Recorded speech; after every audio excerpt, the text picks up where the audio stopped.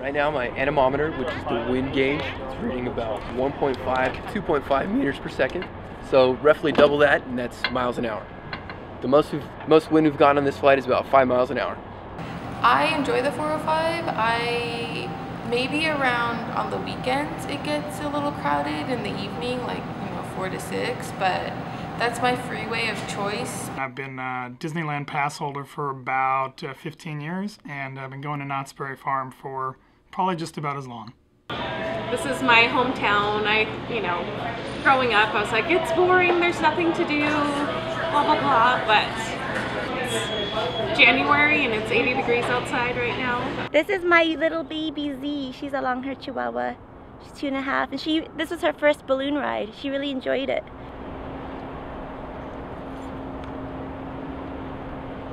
Guys, before we take off, I'll have you spread out equally around the gondola, basically so we can have equal weight, so we don't take off crooked. Go ahead and grab onto one of the rails as we lift off, guys.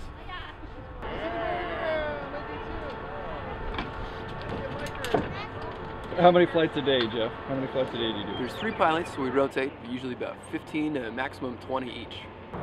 Just taking people up 400 feet, making sure they have a nice flight, making sure they're nice and safe on the way down.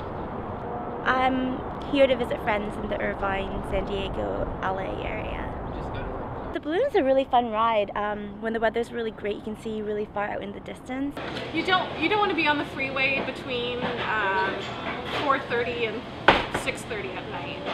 The 5 is clear at between noon and 2. If you're coming down to Orange County for a couple of days and you want to hit a couple of parks, most people will end up staying at one of the Disneyland hotels. I'd definitely go to Disneyland. You don't want to miss that. It's the grandfather of them all. As I get there early, I would say first place you want to go is to a Fast Pass line, which is a sort of a line cutting ticket that lets you come back later on in the day. As soon as you get your Fast Pass ticket, I would go to whatever is your favorite ride at the park and do that early before the crowds show up.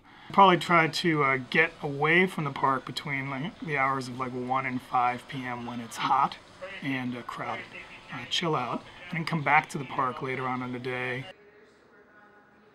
This building's been here since the 20s or so. It was a market for Santa Ana, kind of like a farmer's market where little vendors would come. We've been here for 10 years, and we're kind of like the anchor, and they've been slowly trying to bring in more traffic. And there's the Orange County Center for Contemporary Art sideways, the Santora building that used to be a mall in the 40s. It's now 3 stories of gallery spaces. There's always new restaurants.